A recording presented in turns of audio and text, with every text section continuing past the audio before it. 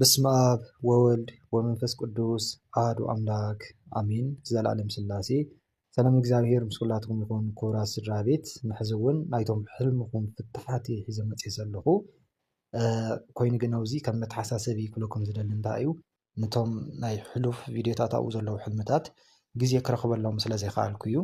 ብካሊእ ኣይኮነን ካልእ እቲ ነዊሕ ዝተፈትሐ ሕልሚ ንሱ ኣዳምፅዎ ሽዑ ኣብኡ እንድሕር ዳኣ ሕልምኩም ዘየለ ክትፅሕፉ ትኽእሉ ኢኹም ማለት እዩ እምበር ዝተፈትሐ ሕልሚ ደጊምኩም ደጋጊምኩም በዚ ናብቶም ናይ ሕልምኩም ፍታሕ ኢና ክንሰግር ማለት እዩ። ኣነ ዝሓለምከዎ ኣብ ደፍተር እናፀሓፍኩስ ሓደ ሓደ ገፅ እናሰገርኩስ ይፅሕፍ እዝስ እንታይ ይኾን? ደፍተር ማለት ሰማያዊ መዝገብ እዩ። ካልእ ከዓ ደፍተር ማለት ቀለም ወይም ትምህርቲ እዩ። ስለዚ ኣብቲ ዓለማዊ ይኹን ኣብቲ መንፈሳዊ ትምህርቲ ፀገም ከም ዘለካ ወይም ሸለልትነት ከም ዘለካ ከምኡ ከዓ ትምህርቲ ከም ዘይርዳእካ እውን ክኸውን ይኽእል ማለት እዩ። ብመንፈሳውን ብዓለማዊ ትምህርትን ማለት እዩ። ካልእ በቲ ሰማያዊ መዝገብ እንድሕር ዳኣ ከድና ከዓ መዝገብካስ ሙሉእ ኣይኮነን እቲ ናይ ሰማያት መዝገብና ወይም መዝገብካ ሙሉእስ ኣይኮነን እዩ ኢኻ ትበሃል ዘለኻ ማለት እዩ። ወይ ከዓ እቲ ስራሕካዮ ፅድቂ ወይም እቲ ፅቡቅ ጎንኻስ ቁሩብ እየን ሕልፍ ሕልፍ ኢለን ዝርከባ ወይም ዘለዋ ስለዚ መዝገብካ ሙሉእ ግበሮ ኢኻ ትበሃል ዘለኻ ማለት እዩ። ሓፍተይ ከዓ ኣላትኒ እሞ መጎጎስ ተኣጒዱ ይመስለኒ ንዓይ ምልእዮ ንትምህርቲ እየ ትብለኒ እሞ መሰስ ትብል ድሓር ግን ሸበጥ ጫማይሲ ኣየኽደንን ክብታኸኒ እዩ ትብለኒ ረኣይ እሞ ዘይኽደኪ እንተኮይኑ ክገዝኣልኪ ይብላ ድሓር ተሲኤ ተገዲስካ መልሰሊ። መጎጎ ማለት ናብራ ሓዳር ከምኡ እውን እንጀራኻ ምብሳል ወይም እንጀራ ምርካብ ስራሕ ምስራሕ እዚ እዩ እቲ ናይ ናብራ እውን እዩ እና ኣብኡሲ ሓግዝኒ እያ ትብለክ ዘላ ኣብቲ ናብራ ኣብቲ ሓዳር ማለት ሓዳር እንድሕር ዳኣ ዘይብላ ከዓ ኣብኡ ክትሕግዝ እያ ስራሕ እንድሕር ዳኣ ዘይብላ ከዓ ኣብቲ ስራሕ ክትሕግዝ እያ ሓግዝኒ ተራድእኒ ደግፍኒ እያ ትብለክ ዘላ ማለት እዩ።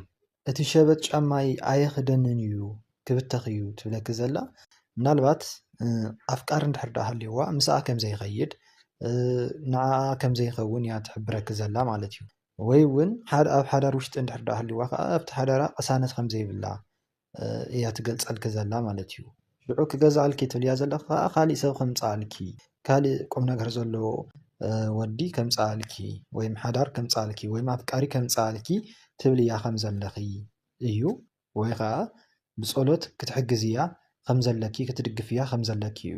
ከምኡ እውን ንስኺ መንእሰይ እንድሕር ዳኣ ኮንኪ ቅድስት ኣርሴማ ዕብይ ዝበልኪ ማእኸለይቲ ወይ ከዓ ዓባይ እንድሕር ዳኣ ኮንኪ ከዓ ኣዴና ቅድስተ ቅዱሳን ንፅሕቲ ንጹሃን ድንግል ማርያም ትራዳኣ ከም ዘላ ምስኣ ከም ዘላ ማለት እዩ። ኣብቲ ናብራ ኣብቲ እንጀራኣ ሓግዝኒ ትብላ ከም ዘላ እቲ ሓፍትኺ ማለት እዩ። ንሳ ከም ትሕግዛ ከምኡ እውን እቲ ሓዳራ ዝተበተነ ሓዳራ ክኸውን ይኽእል ከምኡ ከዓ እቲ ኣፍቃሪኣ ክኸውን ይኽእል ብሓፈሻ ሓዳር እውን ትህባ ከም ዘላ ወይም እቲ ክገዝኣልኪ ከምፃልኪ ክገዝኣልኪ ትብልያ ዘለኺ ብኣኽ ተመሲላ ወላዲተ ኣምላክ ወይም ከምቲ ዝብለክ ዘለኹ ሰማዕት ቅድስት ኣርሴማ ሓዳር ትባ ከም ዝኾነት ወይም ከም እትህባ እዩ ማለት እዩ። ኣብ ኣፍ ደገ ሜዳ ሜዳስ ኩዕሶ ከለና ቤንች ናይ ላዕሊ ቱታ ተኸዲነ ነይረ ሓደ ዘይፈልጦ ጉልቡት ሰብ ብድሕረይ መፅዩስ እዚ ናይ ግብረ ሶዶም ክዳን ተኸዲንካ ኢሉ ብድሕረይ ክጎተኒ ደልዩ ኣነ ከዓ ቴሌፎነይ ሰንዴስ ቴሌፎነይ ተሴራ ብድሕሪኡ ተባኢስና ኣነ ከዓ ብድሕረይ ሓኒቕኒ ከሎ ስሒበ ንቅድሚት ኣውሪቐዮ ጎየ መጀመርታ ኣብ ፀልማት ሃባጥ ጎባጥ መንገዲ እታ ዳሓር ካብ ፀልማት ወፅየ ኣብ ብርሃን ምስ በፅሓኹ ተበራቢረ።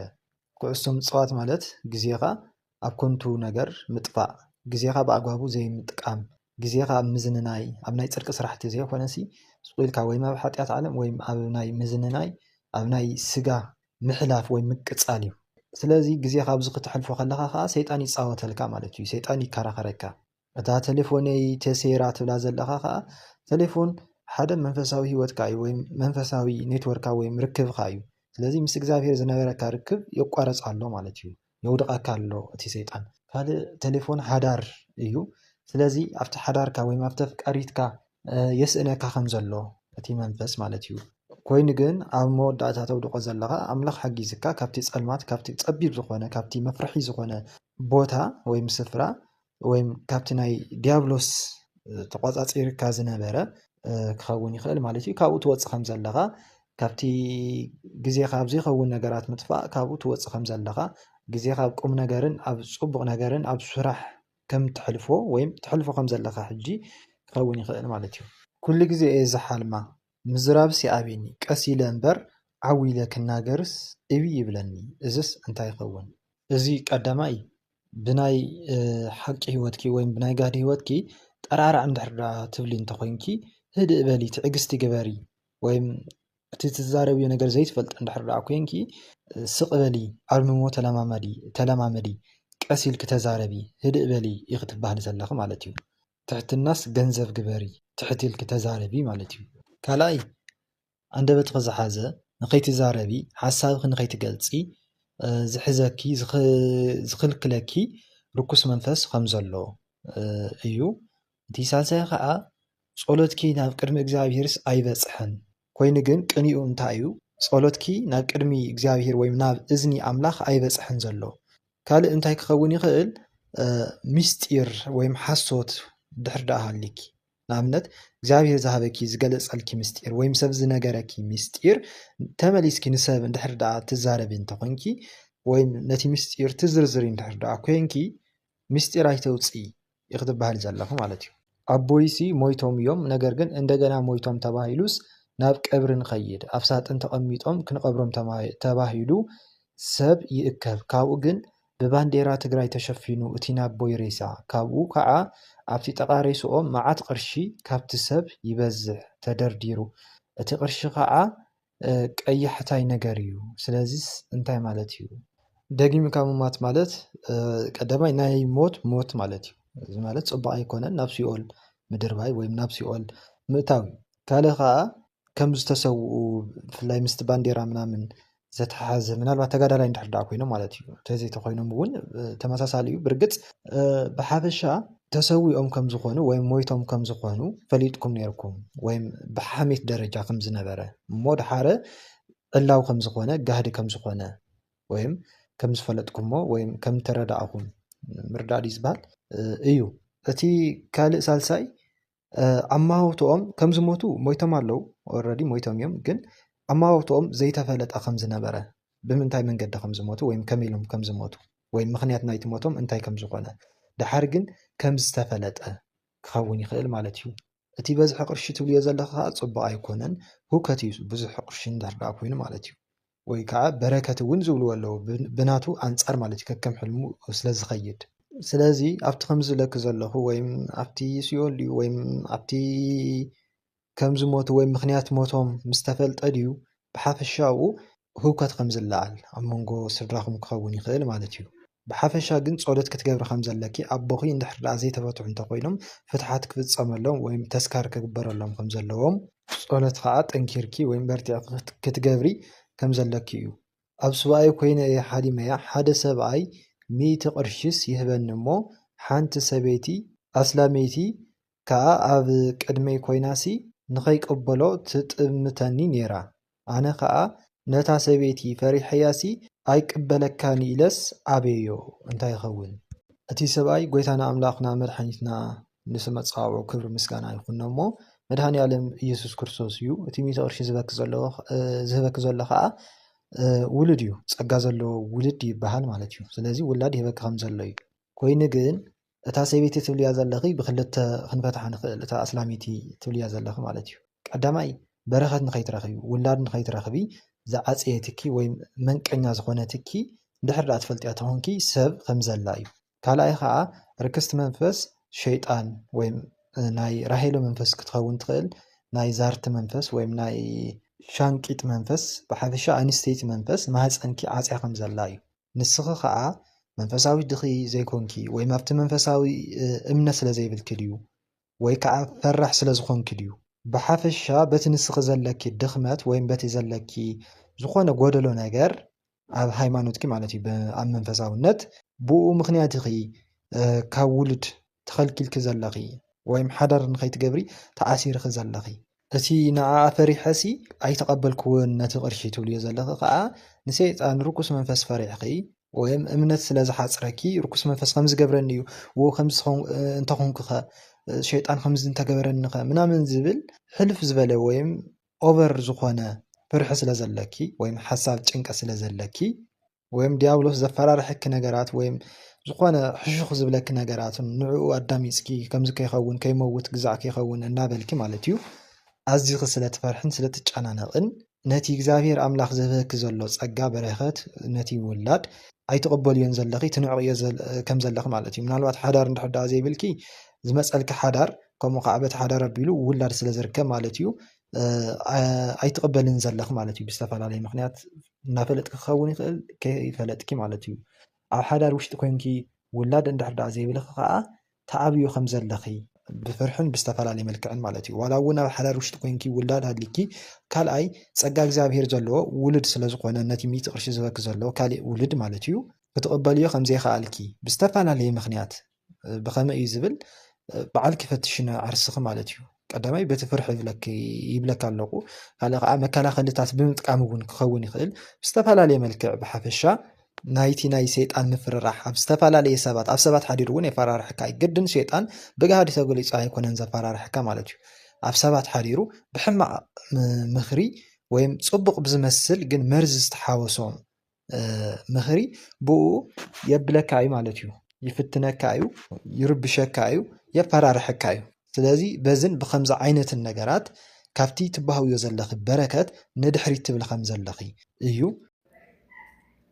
ናይ ሓንቲ ሓፍትና ሕልሚ ዝፀሓፈቶ ምስ ኣፍቃሪየ ብልኾነ ተባኢስና ነርና ግን ክልተ ኣሕዋተይ ሓንቲ ዕብል በለት ሓንቲ ንእስ ዝበለት ንምንታይ እኺ ኣረ ዘይትገብሩሉ ይብላኒ ኣነ ግን ሱቕ ኢለ ልቕድሚት ገፀ ይኸይል ዝኾነ ነገር ኣዝባኒ ሓዚለ እዚ ሕልሚ እዚ ብሓፈሻ ምስ ውሽጣዊ ስምዒት ምስ ዝምድናኸ ምስ ውሽጣዊ ሂወትክ ንዘሎ ፅር ዝተኣሳሰር ይኽእል እዩ ብዝርዝር ክንሪኦ ከለና ከምዚ ዝስዕብ ክኸውን ይኽእል እቲ ምስ ኣፍቃሪኺ ዝነበረ ባእሲ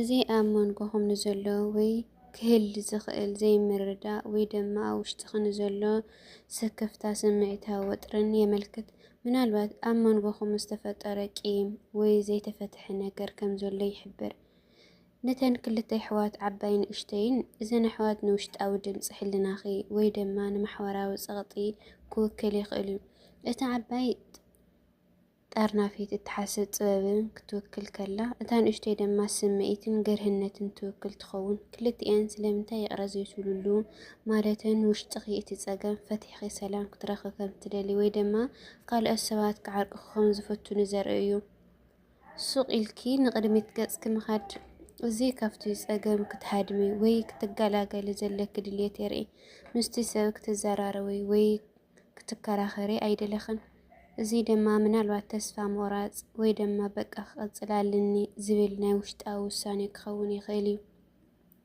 ራብዓይ ክንሪኦ ንኽእል ኣብ ዝባንኪ ሓዚልክዮ ዘለኺ ነገር እዚ እቲ ዝዓበየ ትርጉም ዘለዎ ክፋል እዩ ንቕድሚት ትጓዓዙ እኳ እንተለኺ ኣብ ዝባንኪ ግን ገለ ነገር ኣሎ እዚ ማለት እቲ ዝሓለፈ ቃንዛ ወይ ቂም ኣይገደፍኩዮን ተሰከምዮ ፀር ማለት እዩ ምናልባት የቕረብትብሉ ስለ ዘይደለኺ እቲ ቂም ከም ፀር ኮይኑ ይኸብደካ ኣሎ ሓላፍነት ወይ ስምዒታዊ ፀርሒስ ክትጓዓዝ ከም ዘለኺ ኢለመልክት ብሓፈሻዊ እቲ ሕልሚ ዝነግረኪ ዘሎ ንቐድሚት ትጓዓዝ ዘለኺ ግን ቂም ወይ ሓዘን ስምዒት ተሰኪምኪ ስለ ዘለኺ ጉዕዞኺ ይኸብደካ ኣሎ ዝብል እዩ ይቕረብ ምባል ንባዕልኺ ሰላም ምሃብ እዩ እቲ ካሊእ ሰብ ጥራይ ኢልኪ እትገብሪ የብልኽን ብሓፈሻ ምናልባት ኣብ ሓቀኛ ሂወትኪ ምስቲ ሰብ ዘለኪ ነገር ክትፈትሕዮ ወይ ድማ እንተዘይተዓረቕኩም እኳ እቲ ስምዒታዊ ፆር ካብ ዝባንኪ ንምውራድ የቕረብ ምባል ክትፈትሒ ይሕግዘኪ ይኸውን የእረ ተባሃሉ ሓቀኛ ሂወትኪ ብዝበለፀ ንስኺ ክትፈልጥዮ ስለትኽእሊ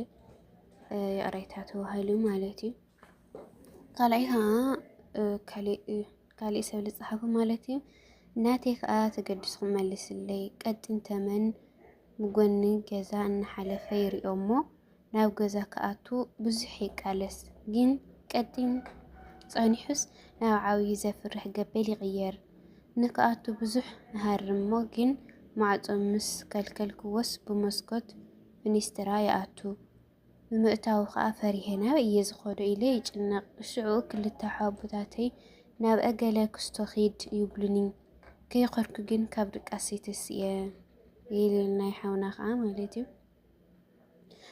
እቲ ተመን ካብ ቀጢና ዓብዪ ገበል ምቕያሩ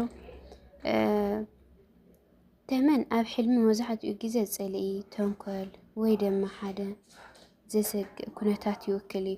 እቲ ተመን ኣብ መጀመርያ ይቀጢን ነይሩ ፀኒሑ ግና ናብ ዓብዪ ገበል ምቕያሩ እቲ ዘጋጠመ ፀገም ኣብ መጀመርያ ንእሽተይ ዘይጎድእን ይመስል ከም ዝነበረ ሕጂ ግን እናዓበየ ዝመጽእ ንህይወት እቲ ሰብ ዘስግእ ዓብዪ ጉዳይ ከም ዘሎ እዩ ለርኢ።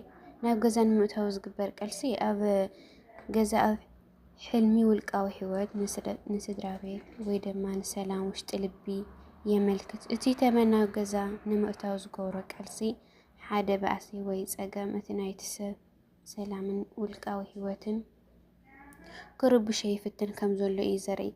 ብሳልሳይ ክንሪኦ ንኽእል ብመስኮት ምእታው እቲ ፀገም ብሓደ ወገን ክተዓፅዮ ከተከላኸልዮ እንተፈተንኪ እኳ እቲ ፀገም ግና ብካሊእ ዘይሓሰብክዮ ወገን ሸነኽ ኢሉ ክኣቱ ከም ዘሎ እዩ ዘመልክት። እዚ ማለት እቲ መፍትሒ ካሊእ ብልሓት ከም ዘሎ የርኢ። እቶም ኣቦታት እውን ልዳኽስቶ ኸይድ ገለ ከም ዝበሉኺ ኣብቲ ዝለዓለ ጭንቀት ነቲ ሓቡታት ክወፅአ ናብዚ ከይዲ ማለትን ኣብ ስድራ ቤትኪ ወይ ካብ ዓበይቲ ሰባት ክትረኽብዮ ደገፍ ወይ ምኽሪ የመልክት። ከይኸድኪ ምብረባርኪ እቲ መፍትሒ ኣብ ኢድካ ከም ዘሎ ግንከ ተግባራዊ ከም ዘይገበርክዮ ወይ ውሳነ ምውሳድ ትሰጊኢ ከም ዘለኺ እዩ ዘርኢ። ብሓፈሻ እቲ ሕልሚ ካብ ሓደ ናብ ዓበየ ዝመጽእ ዘሎ ፀገም ንምውፃእ ኣተሓሳስባኻ ክትቕይሪ ወይ ድማ ናብ ዓበይቲ ሓገዝ ክትደልይ ከም ዘለኺ ዝሕብር መልእኽቲ እዩ። ብዝኾነ ኩሉ ንሓልሞ ሕልሚ ተግባራዊ እዩ ማለት ኣይኮነን ወይ ግድን ክገሃድ ኣለዎ ማለት ኣይኮነን። ብፀሎት ንበርትዕ ፀሎት ንገር ማለት እዩ።